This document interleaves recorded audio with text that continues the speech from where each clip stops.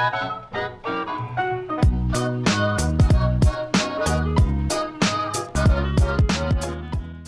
YouTube, my name is Nero, and today we have some Call of Duty 4 in this week's episode of Dear Nero, which of course is the weekly series here on my channel where subscribers send me in fan mail and or fan questions, and I do my best to go ahead and answer it. We're starting off here with a game on Shipment, which is the smallest map in the history of Call of Duty, and truth be told, I've got mostly older Call of Duty gameplays for this week of Dear Nero.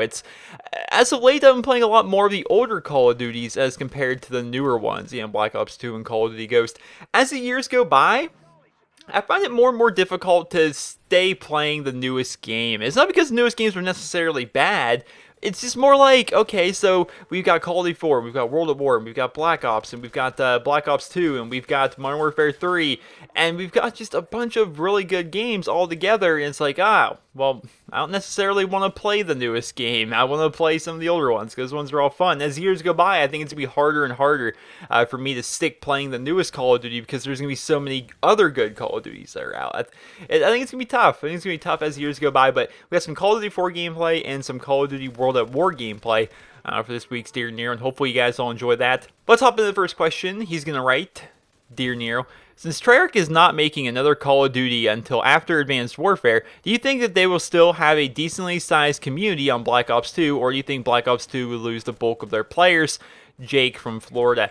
So Jake, if history is any indicator, which it usually is, when Advanced Warfare comes out, there's going to be a big drop in the player numbers for Black Ops 2. Even if Advanced Warfare does what Call of Duty Ghost did, they try to innovate a whole lot, and they change around the game a lot, and a lot of people are just kind of thrown off by that and don't want to play the game, kind of like what they did with Ghost.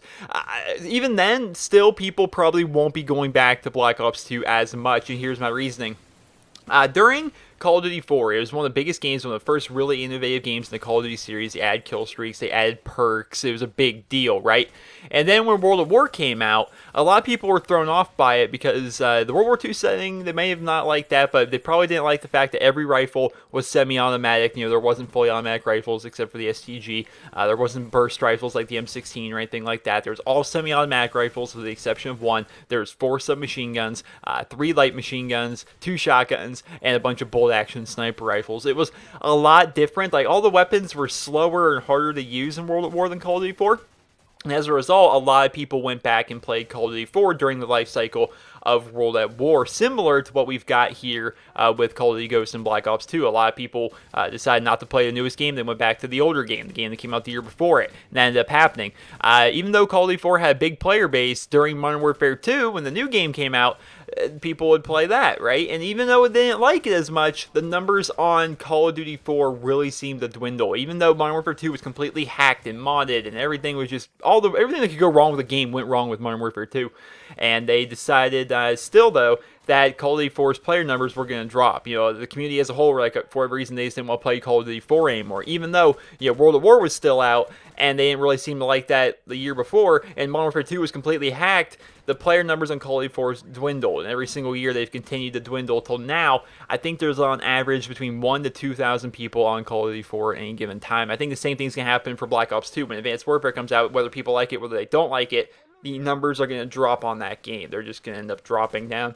And as the years go by, they're going to continue to drop. That's just kind of the nature of things. Next question, he writes, Dear Nero, will you ever cancel Dear Nero? Nico from North Carolina. Nico, I don't think I'll ever cancel Dear Nero, and this is why. Dear Nero has infinite content, if that makes any sense. It's not like I'm doing like my top 10 series, which is going to be a new one of those soon. It's not like my top 10 series where I might run out of topics. It's Dear Nero. It's a Q&A. It's it's the easiest video I make every week, truth be told, because I don't have to be creative at all. No creativity whatsoever. I just answer questions, and it's very nice, and you guys seem to enjoy it. And we're almost 100 episodes in, and it's cool. I like it. Dear Nero's cool for that reason. Next question, he writes, Dear Nero, what's the biggest gun streak you've ever went on in Call of Duty, and what game was it in? Question number 2, how long did it take you to get your first tactical nuke, Moab nuclear, or chem strike? Keep up the awesome videos, Noah from Washington. Well, actually, it's and chem strike, so you want to know my fastest nuclear, Moab, and all that stuff together. Okay, I didn't realize that when I initially copy and pasted the question in, but okay, I can answer that. So the first one was like, what's my biggest gun streak? I think it's 54, and I think it's in Black Ops, and that was during Demolition, where spawn trapping was very easy, so you might not even consider that to be legitimate. Other than that, I think I have a 40-something in Modern Warfare 3. I can't quite remember. I honestly can't remember my biggest kill streak, you know? It's absurd, like, you know, between the 40s and 50s, but yeah, those are my biggest gun streaks. I'm trying to think of some other ones.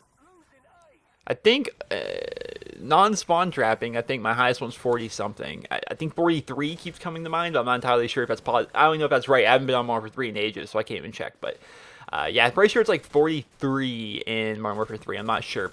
And the second question was, how long did it take you to get your first tactical nuke, Moab, nuclear, and chem strike? So my first tactical nuke in Modern Warfare 2, I got it within the first few weeks, I think, but I was trying for it for so long. Like, my first actual nuke was on the map Rundown, if you guys remember that map from Modern Warfare 2. It was Ground War Domination, and I was using a FAMAS with Hardline instead of stopping power because I was just so hell-bent on trying to get that. Basically, I camped in the bar overlooking the bridge, and I would try and pick up people, and it took me, like, 6 minutes to get my 6 kills I needed for my Harrier. Then I ran all the way back to the gas station, like the back of the map, and called in my Harrier, and then got my chopper gun, and finally got my nuke. And I was so excited about that. My first Moab, my first Moab was on Seatown. I was using the P90, I think, and I picked up an M4, or it might be the other way around, and ended up getting it on Seatown. And I was in within like within the first few weeks. It wasn't super quick. My first nuclear, I don't even remember because I don't know. I've gotten 10 or so, I think, but I don't remember I don't remember my first nuclear. My first chem strike was actually my first day playing the game of Call of Duty Ghost, and it was with the SC-2010. Then I picked up a Honey Badger because I ran out of ammo. It was on the map Stonehaven, and it was actually before the game even came out. I got the game early, and usually when you get game early, you face people that are a lot better than your average public match, and so I ended up getting a chem strike, and that was pretty cool. And yeah, those are all my firsts with nukes and Moabs and stuff. Next question, he writes, Dear Nero, what do you think is the most overused or overpowered weapons in each game? And hey, if people can make multiple questions, so can I. So, I've been kind of noticed the number of videos that you've been putting out has decreased as of late, and I was wondering why is that? Is it because of your sleep schedule, or is it something else? Don't get my intent wrong, I would just like to know. Galen from New York. Well, Galen, first question, what's the most overpowered gun in each game? So in Call of Duty 4, the best guns were the M16 and the MP5. In World at War, the best gun was the MP40, obviously. And, well, okay, so World War. Modern Warfare 2, the best guns, it's kind of hard. All of them were good. I think the clear-cut choice, though, is like the UMP was definitely, I think, the best submachine gun. The FAMAS was ridiculous in Modern Warfare 2, but also was like the ACR. Most of the guns in Modern Warfare 2 were pretty overpowered. In Black Ops, it's obvious the FAMAS and the AK-74U. They nerfed the 74U, so it's not that bad anymore, but FAMAS is still ridiculous. Modern Warfare 3, best gun, definitely ACR and MP7. Black Ops 2 was like the M8A1, the MSMC. In Call of Duty Ghost, I don't even know if there's really necessarily a best. AK-12 comes to mind. Ripper actually comes to mind. Maybe it's my own personal bias. I just love the Ripper. Yeah, I think it's my own personal bias because the MTAR-X is something that a lot of people consider to be like the best gun, but I don't care. I like the Ripper way more than the MTAR. I don't know. Those are my opinions on like the best guns in the games, I would say. But the second question was like, oh, you haven't been posting that much as of late. And to you, I say, yeah, I am. I actually keep track of all my YouTube stats. And for the past 6 months, went back and looked for the past 6 months, I've uploaded between 31 and 37 videos every month for the past 6 months. So that's more than a video a day if you count all the days and all the videos, because I usually do 3 on Saturday. Yeah, so I've done between 31 was the least amount of videos I've made in the month for the past 6 months, and 37 was the most I've made a month for the past 6 months. And that's not counting all the videos that are going up on Nero's Let's Plays. So I don't know what you're talking about with that. I'm posting just as much as I ever have, in fact, more so. So maybe you're just missing some of them. I don't know. But next question, he writes, Dear Nero, do you ever go negative on Call of Duty? I'm an above-average player on Ghost, but I will occasionally go negative for a game or two, and it doesn't seem like that happens to YouTubers. Also, what is your kill-death ratio on Ghosts? Thank you, Jacob from the Great White North.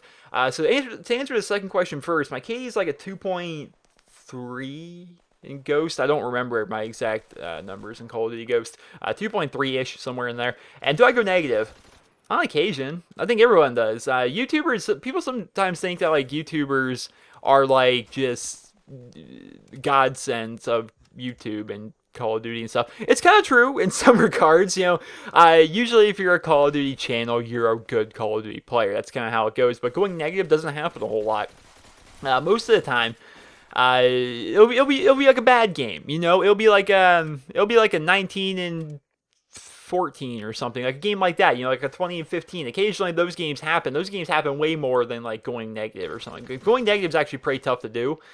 If you've been playing Call of Duty as long as I have, it's just hard. It's hard to go negative at this point because I mean, not every game is like 2 KD, not every game's a 5 KD, but most of the games, you'll get between 1 and a 2. But going negative is actually pretty tough if you've been playing Call of Duty for a while. But it's definitely not out of the ordinary. You can go negative. It does happen. It's just kind of infrequent if you've been playing Call of Duty as long as I have.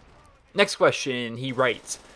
Dear Nero, I'm a big Extinction fan, but I know that not very many people like Extinction compared to Zombies and Black Ops 2. Do you think Call of Duty will go back to Zombies, continue Extinction, or just stop with all this fantasy stuff?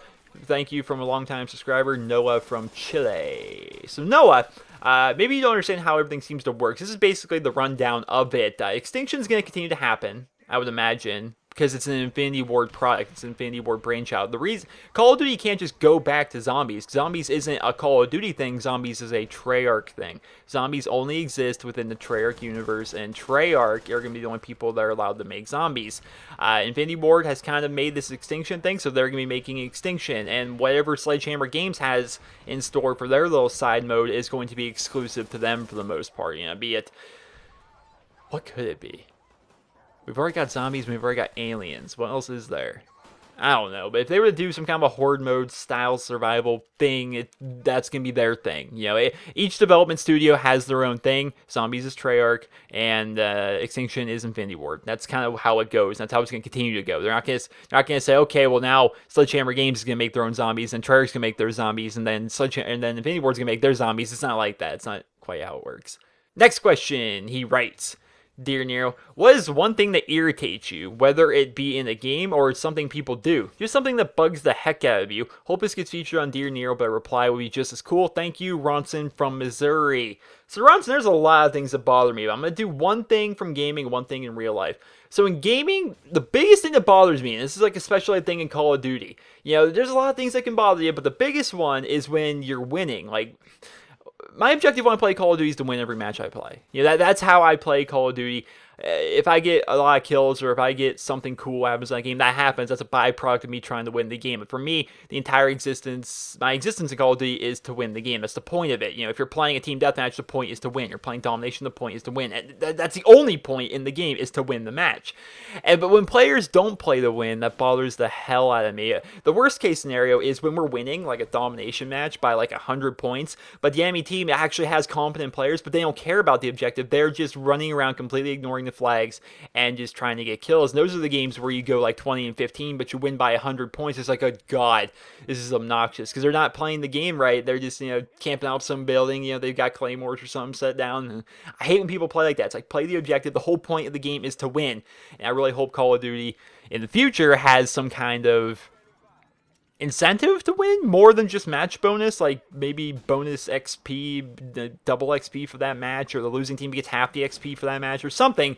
I would like something to make people want to try and win the games more. And the thing that bothers me the most in real life, just bothers the heck out of me, is atheism. And that might sound weird. It's not atheism as a whole. If you don't believe in God, wherever you don't believe in God. But what really bothers me the most is when people who aren't religious like to act like they're smarter than the people who are religious. You see it all the time on the internet. It's so obnoxious. Like, oh, you believe in some fairy tale in the sky. I don't believe in that 2,000-year-old fairy tale. They always like to try and act like they're smart, like they got the whole world figured out. They have like this superiority complex when it comes to people who are religious. And it's like, dude, who gives a shit? Like, why do you care? Why do you care if I'm religious, or if he's religious, or anyone is religious? Why do you care? So many people who are atheist or agnostic or whatever, they all feel as though, for the most part, that they are smarter than everybody else because they choose not to believe in God or a God or any kind of form of religion.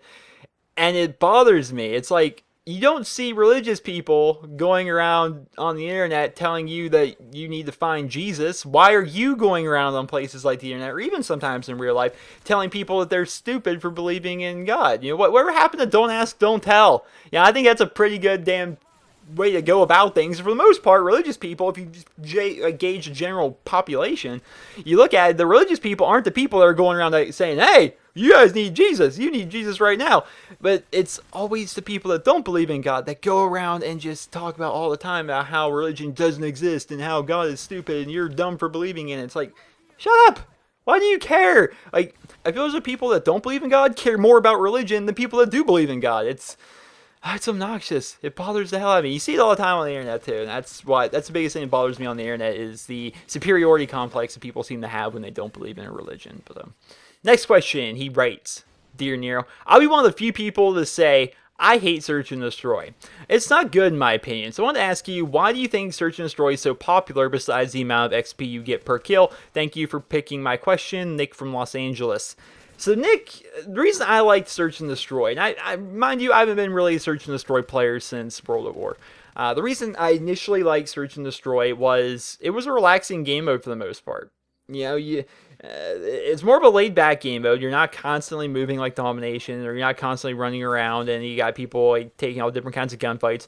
It's a lot more strategic, I guess it's still strategic. It's a lot more strategic in the routes you run. It's more strategic in where you go and how you're going to coordinate things with your teammates. I would always play with a full party of my friends, and we were like, okay, this is the map. We all go to A-bomb, and we all had like our routes down. Usually I would be like the bomb carrier, or like on defense, like, okay, this is the side of the map where I always go and defend B. We kind of learn what each other does. Like, okay, this is where I throw my nade every single round while I'm on this side of this map, and this is where is the window I go into, and I check to see people are coming here. It's a lot more strategic, and I think it's kind of fun. It's also slower paced and more laid back, and if you die, you have time to look at your phone, or text people, or do whatever, or go get a drink. It's a lot more laid back. You get a bunch of XP.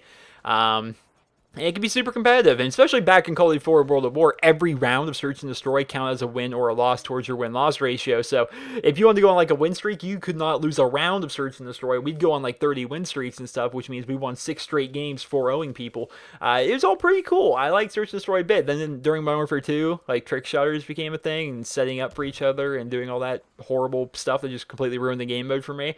And ever since then, I haven't really been a Search and Destroy player. I kind of moved on to like Domination, Team Deathmatch, Kill Confirm, things like that. Next question, he writes, Dear Nero, I've been wondering, what is your favorite class in Borderlands 2? I personally love the Psycho, and what is your favorite gun in every class on World at War? Love, Cam from Wisconsin. So Cam from Wisconsin loves me. It's awesome. My favorite class in Borderlands 2 is the Psycho. I played a lot with the Assassin, with the Commando, and with the Psycho, and I like the Psycho the most out of that. My favorite guns out of every class in World at War. So my favorite rifle is, I'm going to say my favorite rifle is the M1A1 carbine. I like that gun a lot. It's pretty awesome. My favorite submachine gun is the Thompson. My favorite light machine gun, or heavy machine gun, whatever you want to call it, is the MG42. My favorite shotgun is the double barrel. My favorite sniper is the Mosin Nagant. So those are my answers for you, bud. Next question, he writes, Dear Nero, what would you like to see in the final map pack of Call of Duty Ghost? Personally, I would like to see a hybrid gun and a multiplayer map from Modern Warfare 2. Keep up the great work. Aiden from Kansas. So, Mr. Aiden, what would I like to see with the final map pack? Now, this is probably not going to be the case at all, but this is what I would personally like to see from a map pack.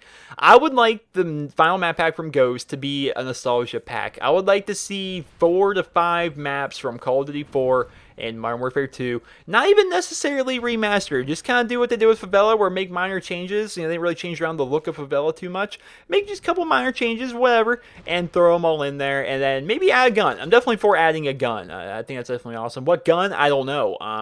Maybe an M16, to kind of fit the nostalgia pack. If you played Call of Duty 4, you have nostalgia for the M16. That's kind of how it works.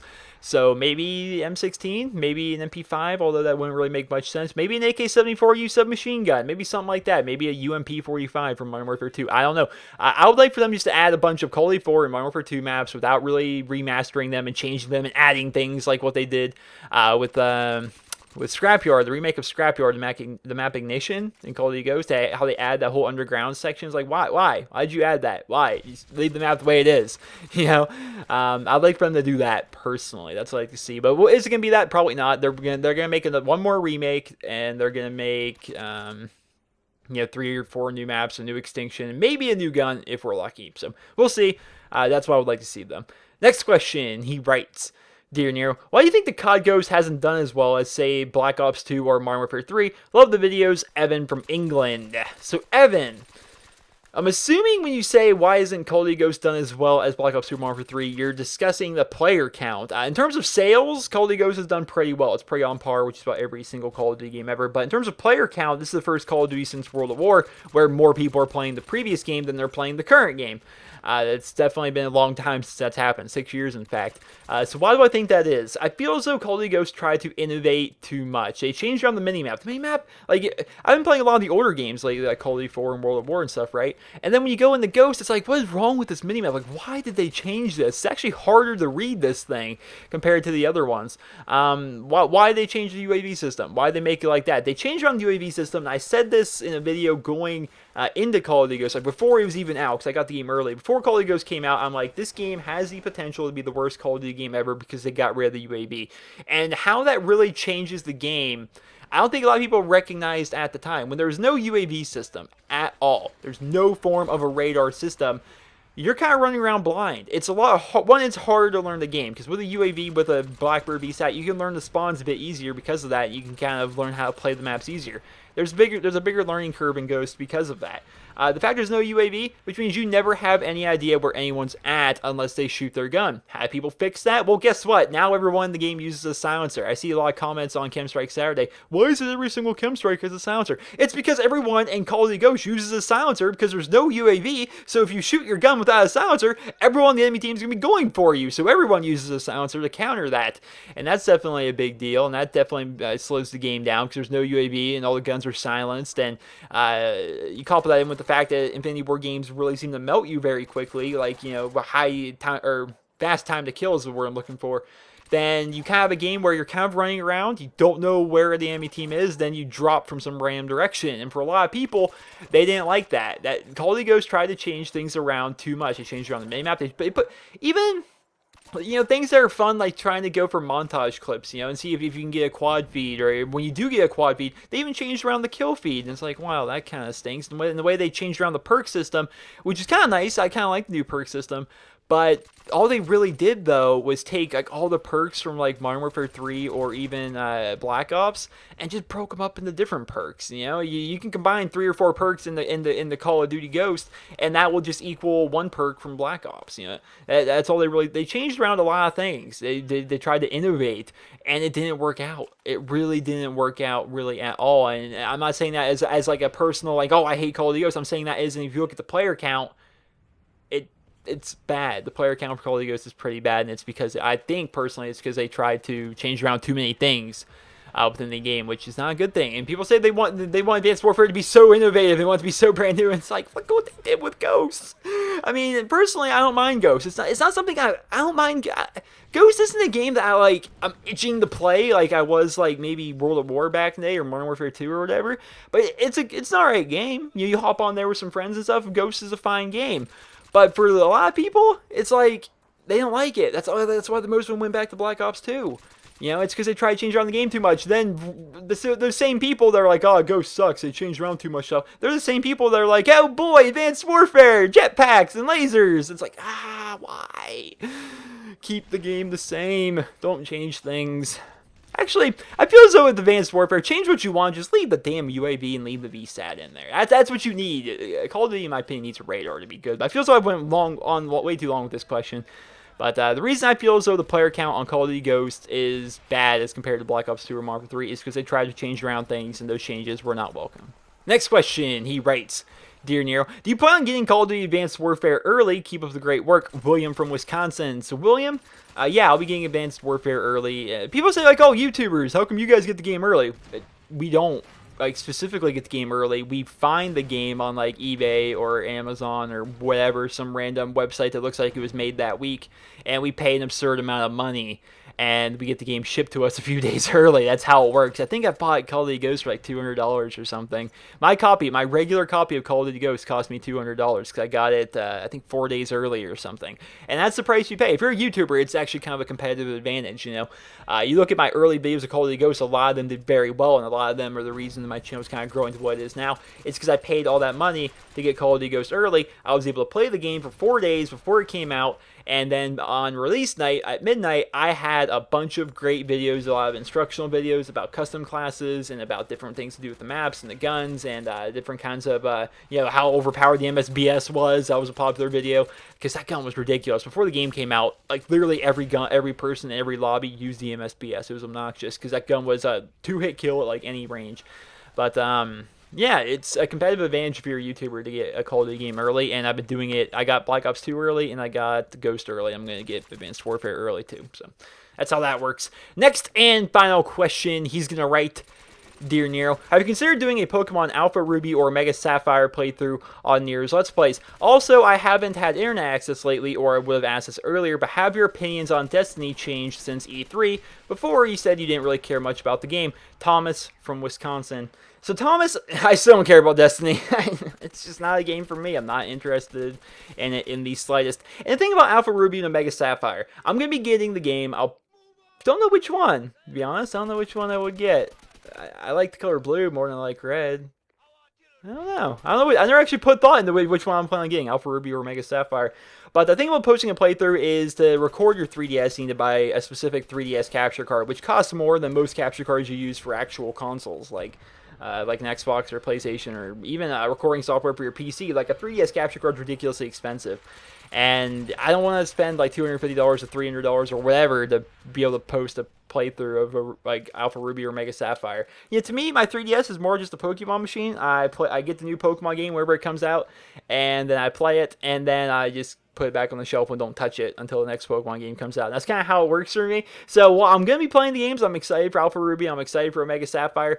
I'm going to be playing them. I just won't be doing a Let's Play of them because, let's be honest, do you want to spend $300 to post a Let's Play? It's like, I'd rather just post a Let's Play of a game I can already record rather than have to, buy a $200 capture card to do one Let's Play. One Let's Play.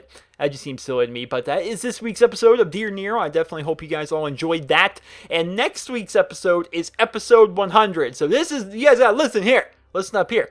Episode 100, I want to be rapid fire questions. Quick questions, not paragraphs, not essays. Some people send like straight up essays to me this week talking about how they would lay out the perk system and stuff. And it's like, dude, I don't have time to read all this.